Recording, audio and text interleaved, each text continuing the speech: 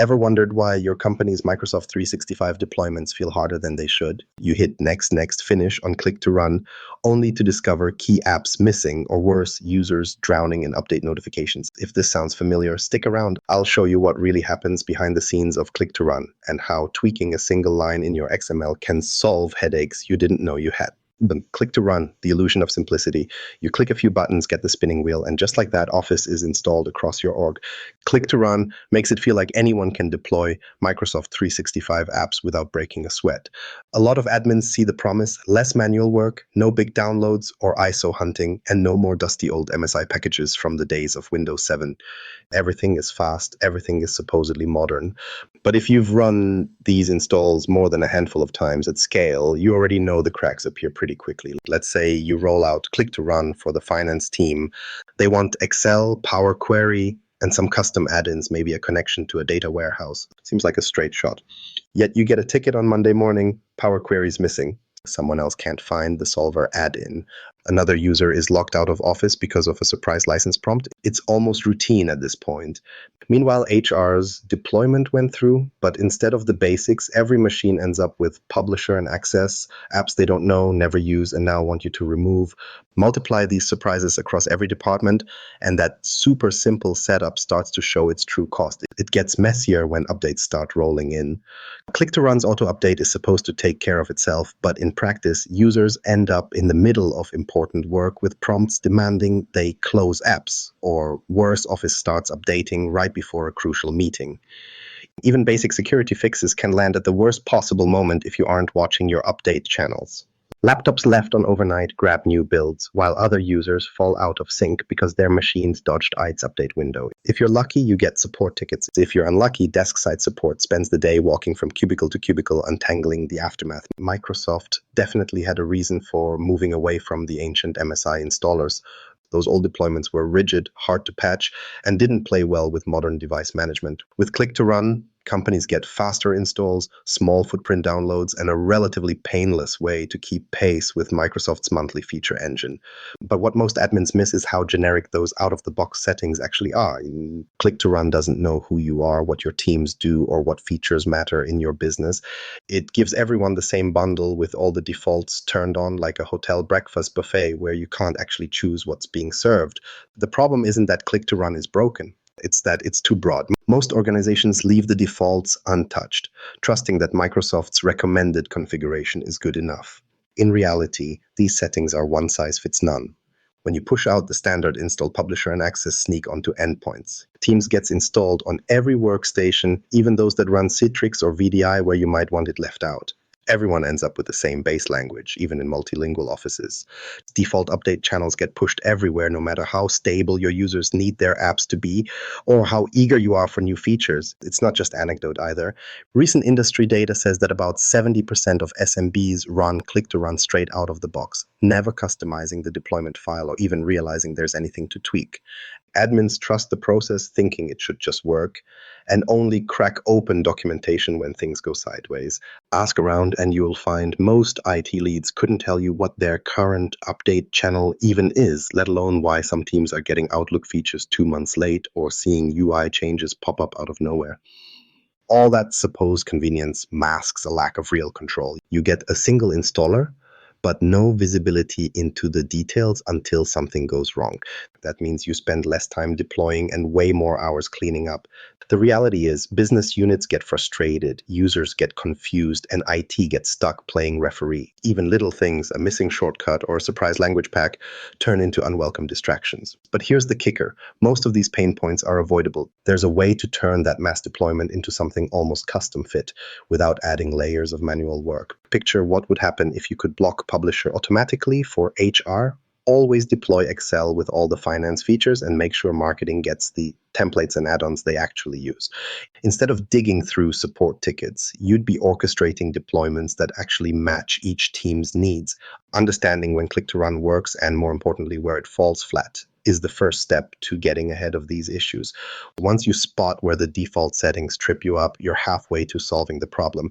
Now, let's see what actually happens when you don't settle for that generic install and try to take real control with customization. Unlocking XML. your secret weapon for smarter deployments. When someone on the IT team finally pulls up the Office deployment tool and texts, "Has anyone actually looked at this XML file?" you can pretty much see the panic dots pop up in the group chat. It's familiar, an XML config full of angle brackets, install options, and language codes. At first glance, it feels like you're peeking under the hood of something you were never meant to touch. If Click to Run was designed to keep things simple, XML looks like the opposite: technical, detailed, and a little intimidating. The truth? Most admins take one look, close the window, and vow never to touch it again unless there's a fire. But here's the thing: XML configuration is not half as scary as it looks. If you're used to PowerShell scripts or tweaking group policies, XML is nothing you can't handle. One line sets the install location. Another line keeps access off every computer in the building. If you want Office to go to the D drive because your C drive is filling up, there's a quick copy-paste for that. Suddenly, all those headaches when HR or finance gets the wrong apps start to disappear. For an IT pro, it's like finding out your favorite coffee spot has a secret menu. The basics are fine, but once you know what to order, your day gets 10 times better. Admins love to joke that Microsoft's defaults are nobody's defaults, and the stats back this up. Over half of large organizations now use XML to cut out apps their staff never open. This isn't just about saving disk space, though that helps. Cutting publisher or access means fewer updates to patch, less confusion for end users, and support teams who don't have to learn the ins and outs of niche software. It turns a sprawling catch-all Office deployment into something that feels purpose-built for your organization. Suddenly, users aren't asking why there's a new icon in their start menu every month or how to uninstall something they didn't request. Let's put this side by side. The default Click to Run install drops every Office app onto a machine. You get Word, Excel, PowerPoint, Publisher Access, Teams, the full lineup, whether you wanted them or not. When you walk through the floor after a rollout, you notice unopened apps wasting space and update cycles. Now flip the switch. A simple XML config skips Publisher for HR, leaves Visio off legal systems, and makes sure only the folks that actually need access even see it. You end up with machines that boot faster, less bloat on SSDs, and users who don't call about random shortcut icons after patch day. Feedback trends up, support tickets drop. It's amazing how quickly you see wins. Maybe you need to ensure everyone's running Office in French and the help desk is tired of walking folks through language pack installs. XML lets you bake the right language in from the very start. Want OneDrive missing from your Citrix boxes? One tweak: need to move installs off the system drive because your imaging script is running low on space? That's 2 lines in the config. Most of the customization feels more like copy-pasting a template than deep coding. One admin I know keeps an archive of past XML files by department. Messy, maybe, but it keeps repeat requests down to a 5-minute job. Some of the best quick wins come from just being able to say no to the apps, add-ins, and even languages your users never needed. Each exclusion is less drag on the network and fewer endpoints at risk. When Microsoft pushes out the next security bulletin, it all adds up to a smoother, lighter M365 experience that actually feels tailored. Of course, once you've squashed the big annoyances like unneeded apps and wrong installs, you start to wonder how far you can take it. There's a real appetite for going deeper, especially in hybrid environments or organizations with more than a couple of regional offices. Need to ship Office with Japanese language packs for Tokyo, Spanish for Miami, and English everywhere else. XML can handle that. Want to ensure only specific machines in your pilot program get the bleeding edge features while everyone else stays safe on the stable track? There's a config line for channel assignments too. Even complex asks like automating rollouts to shared devices in a call center or fine-tuning deployments across dozens of business units are within reach. With XML, what looks like black magic becomes dead simple. You stop firefighting and start orchestrating. It's not just the domain of power users or scripting pros. Any admin with a little patience finds XML is the fastest way to move from generic installs to actual business value. So if you've been hoping for a middle ground between hands-off and completely bespoke, it's right here in black and white config. And if you're starting to picture an entire enterprise steered by a few clever configs, don't worry, we're about to step into exactly that space. Because XML's real power shows up when you hit enterprise scale and the requests get messy. Now, let's look at how you keep control when every department wants something different. Scaling up advanced XML tricks for real-world complexity. It always sounds great in the meeting. Let's standardize our Office deployment, but tailor it for each department. Anyone who's actually tried pushing M365 apps across more than a handful of teams knows what comes next: 20 competing requirements and a tidal wave of requests. Finance wants only Excel and Word, along with a handful of add-ins. Marketing wants every publishing tool under the sun. The regional branch in Tokyo needs PowerPoint in Japanese, while a remote call center wants shared device activation because 15 people use the same machine. IT ends up with a spreadsheet longer than their last hardware budget, and eventually the same catch-all deployment rolls out to everyone. Most teams compromise and wind up with machines full of software that half their users never open. Not long ago, I worked with a global firm that finally broke out of that cycle.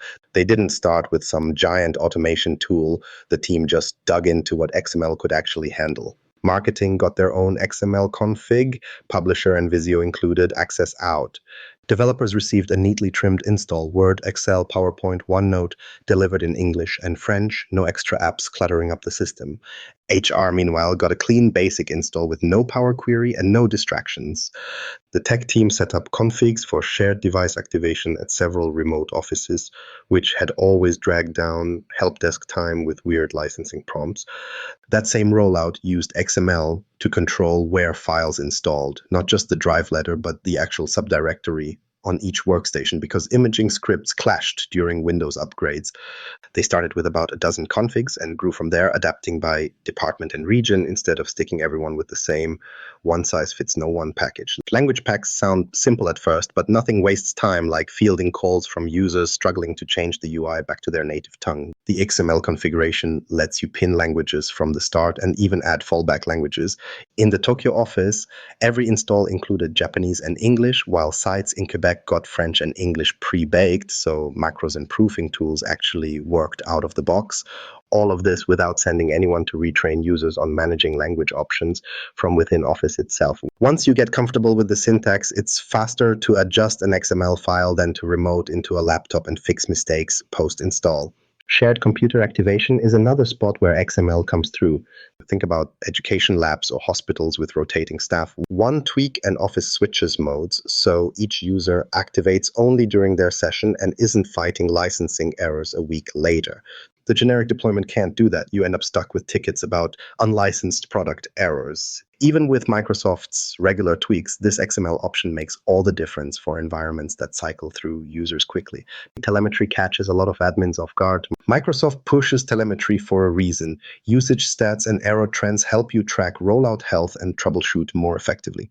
The XML lets you point installs to a specific telemetry share or server. If you want to use the Office telemetry dashboard, still supported, though more features are moving to the cloud. This is where you lay the groundwork. Switching it on means you're not just guessing how people use Office or why certain add-ins keep failing. You can spot trends before tickets come flooding in. Update channels can also be handled directly in XML. Pilot teams that love new features can be put on current channel for rapid feedback. Sensitive departments like accounting or frontline legal stick with monthly enterprise or semi-annual channels. You can map all this in a single configuration so the right people get feature previews while everyone else has proven stable builds. It's practical in the real world where one department can't afford surprise UI changes, but another is happy to test out Copilot integrations before anyone else. Picture those XML configs as a family tree. At the top, there's a base template, no bloat, just the core apps. Branches handle language, app mix, or activation mode by department or region. Over time, you add leaves for special cases, a team in the UK with dual language needs, or an R&D group always on the edge channel. The structure keeps things tidy and scalable. If you're worried about complexity, it's all about the rollout process. Start with a small pilot, maybe a handful of test users from each department. Run the config, gather feedback, and look for misses, extra apps, missing add-ins, or silent install failures. Tweak the XML, retest, and only then push to the broad group. When you're happy, automate the process with your device management tool of choice, Intune, MECM, or even a Swiss Army knife script. You stop firefighting and start actually shaping the M365 experience. Instead of answering the same fix my install ticket over and over, IT gets to focus on the projects that move your business forward. It's a shift from chaos to clarity, and the responses from users always confirm the payoff. You've solved the biggest customization headaches, And the last step is managing how and when new features reach your users. Update channels actually become strategic. So how do you pick the right pace for your rollout while keeping everyone happy? Update channels, the secret lever for stability and innovation. If you've ever fielded complaints about a new office ribbon redesign dropping in overnight, or users asking why a mail merge feature has suddenly vanished, you already know update channels aren't just a checkbox you set and forget. The reality is, most people outside IT barely notice these settings until something breaks or changes without warning. Pick the right channel and nothing feels remarkable. Miss the mark and you're that admin everyone is calling after hours, wondering why Outlook suddenly looks like it's from a preview build, or why Excel's macros stopped working before end of month reporting. Update channels always sound pretty straightforward. Current channel gets updates fast every few weeks. Semi-annual rolls out changes twice a year, giving more time for testing and stability. Monthly enterprise splits the difference, keeping things a bit fresher but less risky than current. But the real world is messy. The wrong update channel leaves you stuck in two bad places: users getting new features or interface redesigns before training is ready, or teams stuck with bugs everyone else got patched weeks ago. Everyone has that story. Maybe a salesperson walks into a client call and finds their PowerPoint layout shifted, or an old bug lingers in Word while Microsoft's changelog promises the fix coming soon. Our team once mapped out update releases across channels on a simple timeline. On the left, current channels stacked feature rollouts like fast food, new icons, AI tools, snappy additions every few weeks. Move right, and the semi-annual line sat almost still, updates landing more like a slow freight train. Monthly enterprise looked more measured, with enough testing time for departments that value consistency but don't want to fall behind on collaboration features. That visual hit home when we watched a sales team lose hours rebuilding presentations after an update shifted chart formatting. The next week, finance realized their report macros failed after an Excel patch deployed ahead of the quarter close, and we could point directly to the update channel settings. So whose advice do you trust when balancing speed and stability? Microsoft MVPs will tell you. Current channel is best for pilot groups and IT teams who can handle the learning curve and spot bugs early. The rest of the business should hold steady on semi-annual, where big changes arrive more gently. This way, your IT staff can try out every new feature, hunt for issues before they become widespread, and feed back observations to Microsoft, or at least prepare documentation for everyone else. It's a strategy that lowers the blast radius of any new upgrade or surprise dependency break, but you don't have to juggle different installers or manual steps for each group anymore. This is where XML again becomes your lever. The same configuration file that lets you skip publisher for HR or preload French for Montreal can assign update channels to specific sets of users. You can carve out groups for pilots, keep your executive team on the most stable build, and let research or test labs play with features early. Each deployment gets its own feed, controlling risk and surprise. If OPS gets burned by a broken add-in, you can move them back to a safer channel without having to rebuild their entire environment. Making these changes is relatively straightforward, but testing matters. We always recommend pushing new update channel assignments first to a few trusted users in each department. Watch behavior, see who runs into trouble and who barely notices a difference. Collect early feedback and tweak your XML before going wide. Ramp up rollout only after the first batch goes smoothly. For most organizations, this avoids the all hands on deck scramble when a feature breaks something in the wild. One underused trick: the Office deployment tool reports. Hidden inside an otherwise unremarkable app, these reporting features show you exactly what will happen with your deployment before anyone clicks install. They'll point out app mismatches, missing components, or policy conflicts before they hit a user's desktop. It's not flashy, but those previews have saved my team from mistakes we didn't spot even after several manual passes through the config. The payoff is significant. Get update channels right, and you balance the tension between innovation and stability instead of swinging wildly between them.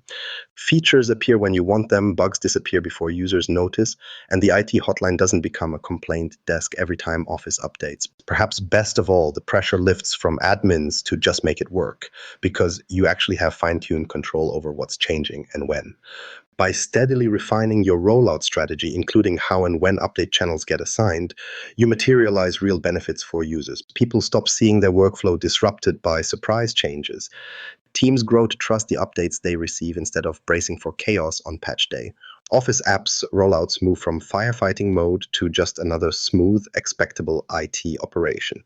Of course, nailing update channels is just part of the overall approach to smarter M365 deployments, but it's often the most visible step to your end users since it shapes the pace and stability of their day-to-day tools. When you line this up alongside XML customizations, you're in control, and users actually notice the difference. For anyone still trying to wrangle generic off-the-shelf deployments, here's what actually makes the difference for your real-world rollout. Most admins see M365 apps deployment as a set and forget process until the help desk starts pinging with user complaints. The real advantage comes from taking that first step past the defaults, even if it's just cutting out one app or finally setting the right update channel. Each XML tweak brings your rollout closer to what your users actually need.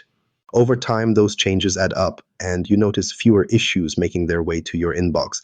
If you haven't experimented yet, try a small change in your next deployment.